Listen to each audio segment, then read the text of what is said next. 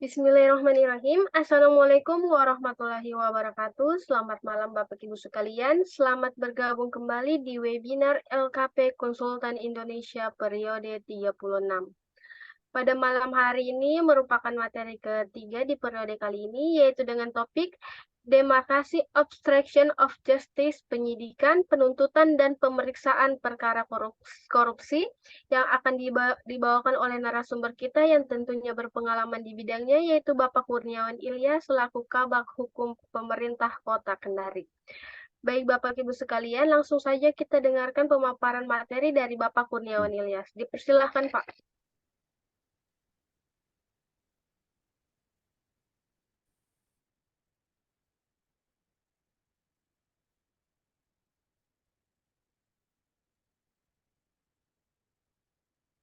Ya baik, terima kasih.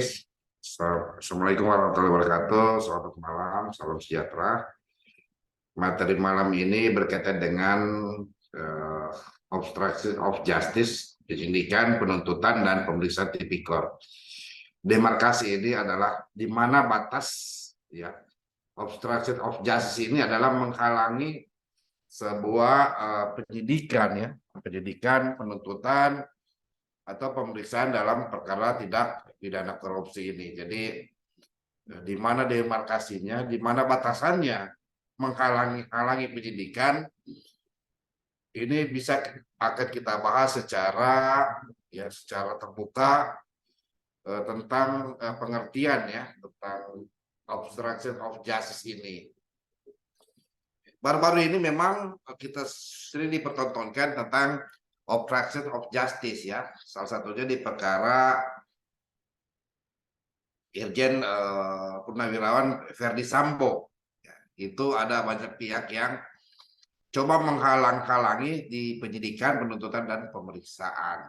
Nah, tapi ini perkara yang berbeda, yaitu perkara tindak pidana korupsi ya, tindak pidana korupsi. Jadi obstruction of justice ini adalah menghalang-halangi, ya, merintangi atau menggagalkan suatu penyidikan itu sendiri ya. Ya, ada usaha untuk menghalangi. Baik. Nah, dalam kitab undang-undang hukum pidana ini ya itu diatur di pasal 221 ya, Undang-Undang Nomor 1 tahun 46. Ya, kalau untuk perkara pidana dalam hal ini di luar dari perkara korupsi ya atau tindak pidana umum ini, dia diancam ya hukuman ya paling lama 9 bulan atau pidana. Jadi kalau pidana berarti denda ya, denda. Barang siapa yang menyembunyikan orang dan seterusnya. Menyembunyikan orang yang melakukan kejahatan, memberi pertolongan untuk itu, tunggu ya.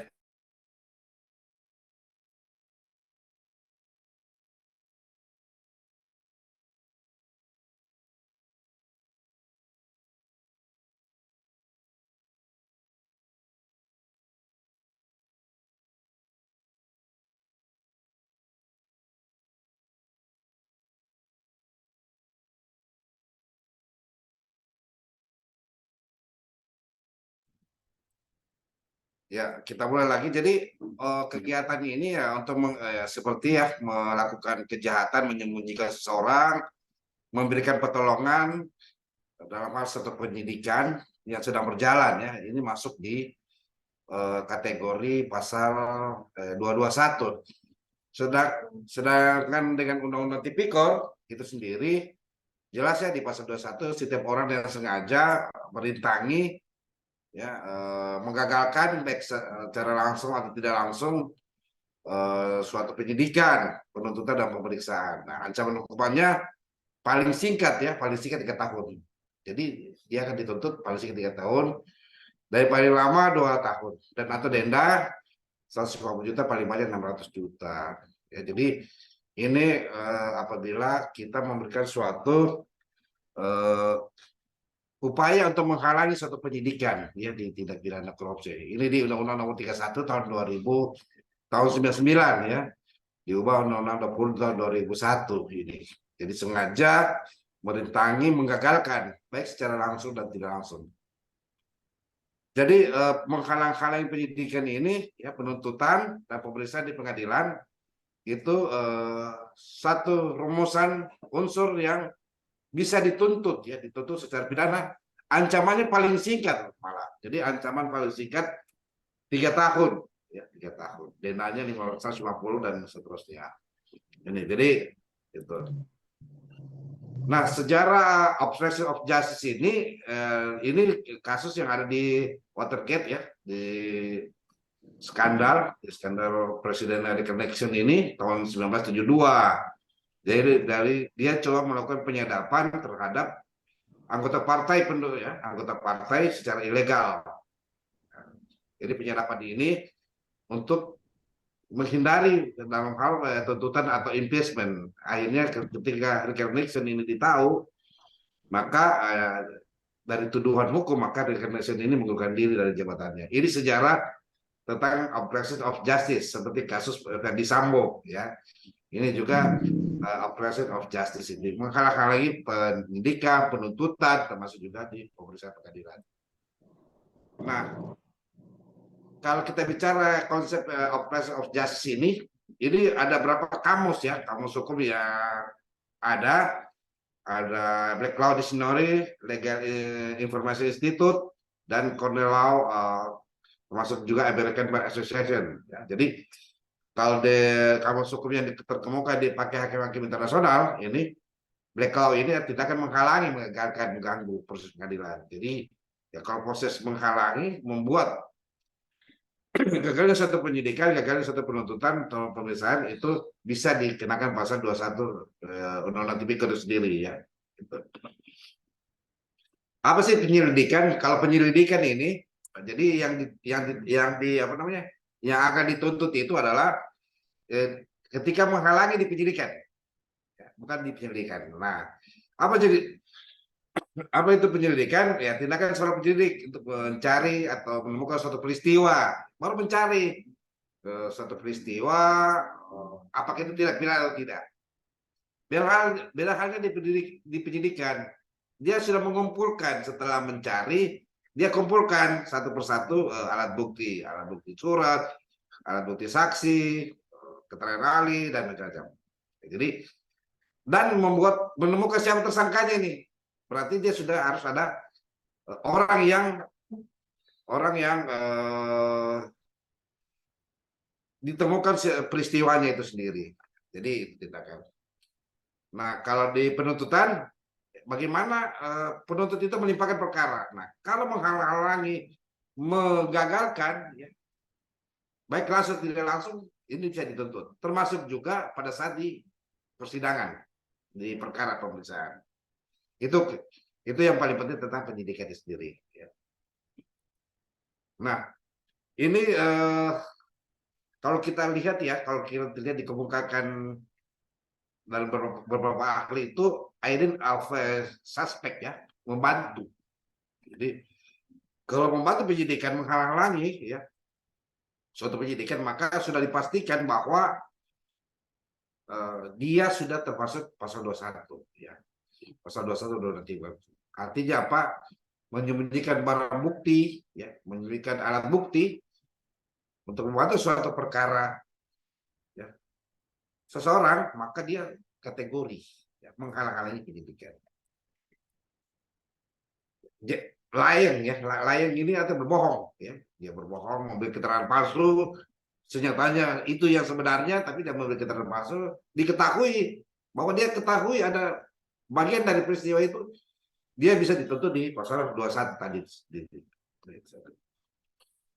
Ada tampering with evidence, ya, merusak barang bukti.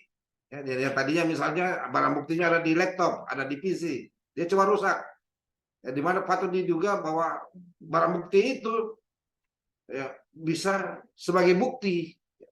Misalnya barang bukti adalah PC atau handphone. Dia coba menghilangkan itu. Dia coba merusak, menghilangkan jejaknya. Jadi itu kategorinya. Jadi kriteria ini, ya, menurut Deborah England ini, obstruction of justice ini, ya tadi, ya, membantu, lying, ya, bersekongkol, dan tampering, ya, merusak. Tidak ada persekongkolan supaya barang bukti itu hilang, supaya bukti itu kabur, supaya bukti yang ditemukan oleh penyidik itu menjadi tidak otentik, ya, ataupun dalam penuntutan maupun dalam pemeriksaan pengadilan. Ini kriterianya ya. Nah, saya akan berbagi bagaimana ya salah satu ya, rumusan mencegah ya. Nah, kalau mencegah disengaja ini dalam hukum pidana dikenal sengaja dengan tujuan opsit ad hoc. Nah, apa bentuk secara langsung mencegah penyidikan? Ya, mencegah penyidikan. Pertama, tidak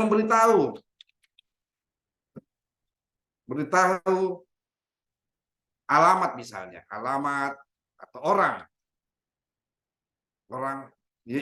yang dikenal. Ketika ada proses penyidikan, proses mencari orang atau surat misalnya, itu menunjukkan satu surat gitu. Apa yang tidak langsung, tidak menyampaikan surat panggilan misalnya, surat panggilan kepada seseorang.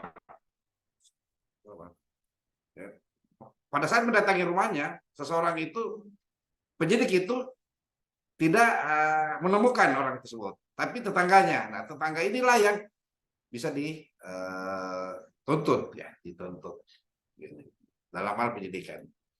Berarti ada sengaja, tidak ada unsur mencegah agar tidak diketahui bahwa orang itu sebagai pelakunya misalnya, alamatnya, suratnya. Nah, kalau di penuntutan ini tidak ada ya. Kalau di penuntutan tidak ada. Nah, kalau di pengadilan bagaimana? Sama juga dia tidak ada. Ini level di penyidikan. Ini di level penyidikan. Merintangi dengan sengaja kemungkinan ya. Jadi kalau merintangi ini artinya membuat sulit. Informasi ya. Informasi berubah-ubah misalnya. Ketika dia diperiksa, informasi berubah-ubah. Padahal secara patut dia tahu informasi itu, masalah itu. Dan juga merintangi. Selanjutnya adalah yang tidak langsung ya. Kalau yang merintangi tidak langsung, dia tidak kategori tidak ada ya. Kategori tidak ada. Ini persoalan. Jadi dalam pemeriksaan itu akan dikenal ya,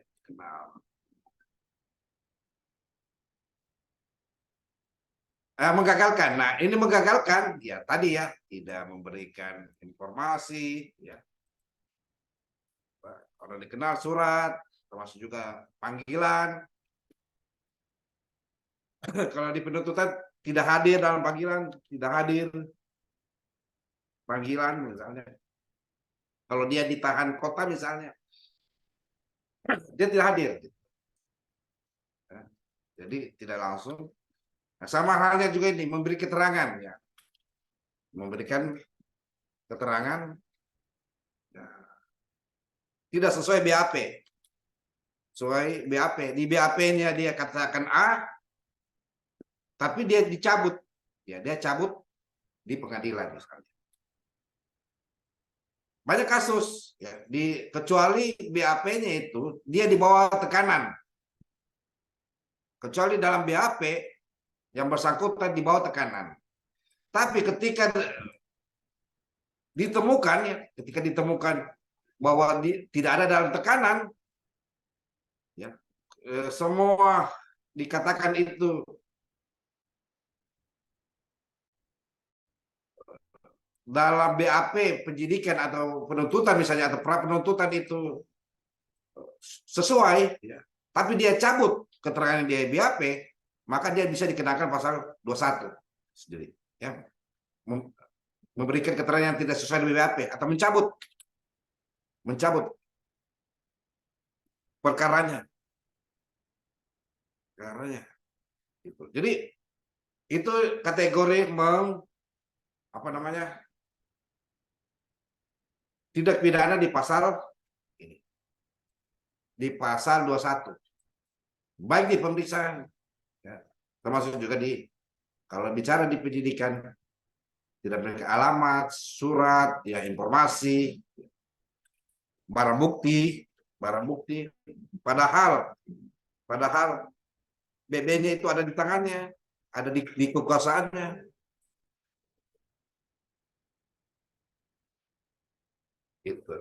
Itu jadi itu, Pak. Dan tidak memberitahukan. Sama juga pada saat di penuntutan misalnya. Bisa dia masuk di kategori misalnya di sini. Jadi itu kategori berkaitan dengan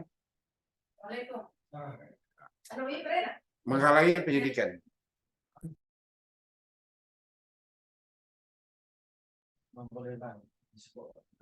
Ya, jadi ini kategori menghalang-halangi penyidikan, sehingga atas dasar itulah bisa dikenakan pasal 21 Undang-Undang Tipikor, ya. Tidak memberikan informasi padahal barang bukti atau surat yang ada pada dirinya disembunyikan, ya. Ini bisa kategori merintangi. Yang ada padanya disembunyikan.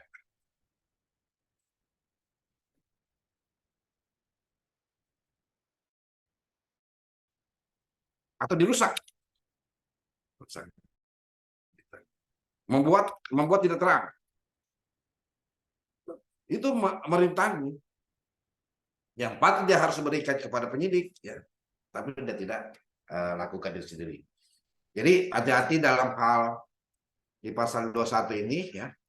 Kalau ada pemeriksaan tipikor ini sudah dipastikan bahwa kalau perbuatan itu, ya, sebagaimana dirumuskan ini, maka sudah pasti ini adalah sebuah kejahatan yang bisa dituntut oleh tindak pidana korupsi. Demikian penjelasan saya persilakan kepada moderator. Baik Bapak Ibu sekalian, selanjutnya kita beralih ke sesi tanya jawab atau diskusi. Bagi Bapak Ibu yang ingin mengajukan pertanyaan, bisa langsung mengaktifkan mikrofonnya. Dipersilahkan. Ya, silakan.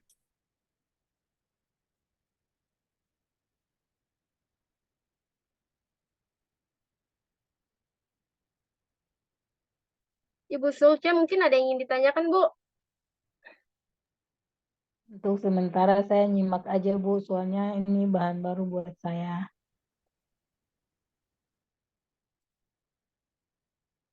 Masalah apa, Bu Sulce? Maksud saya untuk sementara ini saya nyimak aja, Pak, soalnya ini pelajaran baru buat saya, Pak. Iya, ya. Jadi menghalangi informasi atau bukti yang memang ada di kekuasaannya, ada di kewenangannya, membuat tidak terang, menghilangkan, membuat kabur, tidak menyampaikan, itu kategori merintangi. Yang memang patut harus diberikan kepada penyidik atau di penuntut umum itu sendiri. Jadi itu sangat berbahaya, sangat berbahaya. Kalau ada dalam kekuasaannya, ada dalam kewenangannya, ada karena jabatannya, mau tidak memberikan informasi padahal patut diketahui dialah yang menguasai secara sepenuhnya bukti-bukti seperti bukti surat, bukti lainnya, ya, barang bukti, maka itu kategori merintangi penyidikan itu sendiri. Pak, kalau misalnya dalam investigasi APIP, apakah ini juga berlaku, Pak? Nah, investigasi APIP kan fungsinya pengawasan. Tapi kalau sudah menjadi audit investigasi, ya, audit investigasi, berarti kita kembalikan kepada penyidiknya. Ya, APIP bisa memberikan informasi bahwa barang bukti atau surat atau keterangan atau informasi yang paling tahu adalah si C, gitu. Karena ada pada kekuasaannya, ada pada kewenangannya, ada pada jabatannya. Jadi yang melakukan penindakan itu adalah penyidiknya dalam hal audit investigasi misalnya. Kalau dia informasikan kepada penyidiknya untuk melakukan tindakan seperti ya tadi yang bersangkutan dilakukan upaya paksa penahanan misalnya.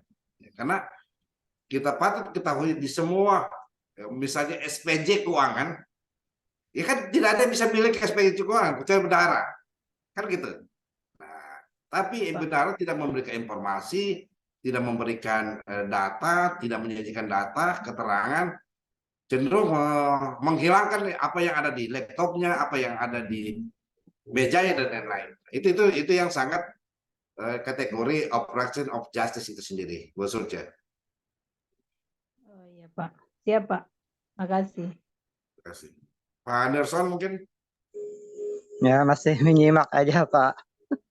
Oke, mungkin ada perkara yang pernah Bapak dengar, ada upaya menghalangi, menyembunyikan suatu berkas perkara atau bukti ya, itu sangat berbahaya ya. Jadi bisa diingatkan sama teman-teman itu. Demikian Pak Anderson. Oh ya, makasih Pak. Terima kasih. Baik Pak, sebelum kita akhiri, apa ada close statement Pak atau sudah cukup? Sudah cukup. Sudah cukup. Baik, Pak. Nanti Terima atas kasih. kerjaan saya bagikan. Baik Pak. Hadirin sekalian, demikianlah rangkaian webinar pada malam hari ini. Saya ucapkan terima kasih kepada narasumber atas kesediaan waktunya. Saya juga ucapkan terima kasih kepada Bapak Ibu yang sudah menyempatkan untuk bergabung di Zoom pada malam hari ini. Semoga ilmu yang didapatkan bisa bermanfaat untuk Bapak Ibu sekalian. Pada akhir kata, saya selaku moderator pamit undur diri. Mohon maaf apabila masih banyak kesalahan dan kekurangan di webinar pada malam hari ini. Wassalamualaikum warahmatullahi wabarakatuh.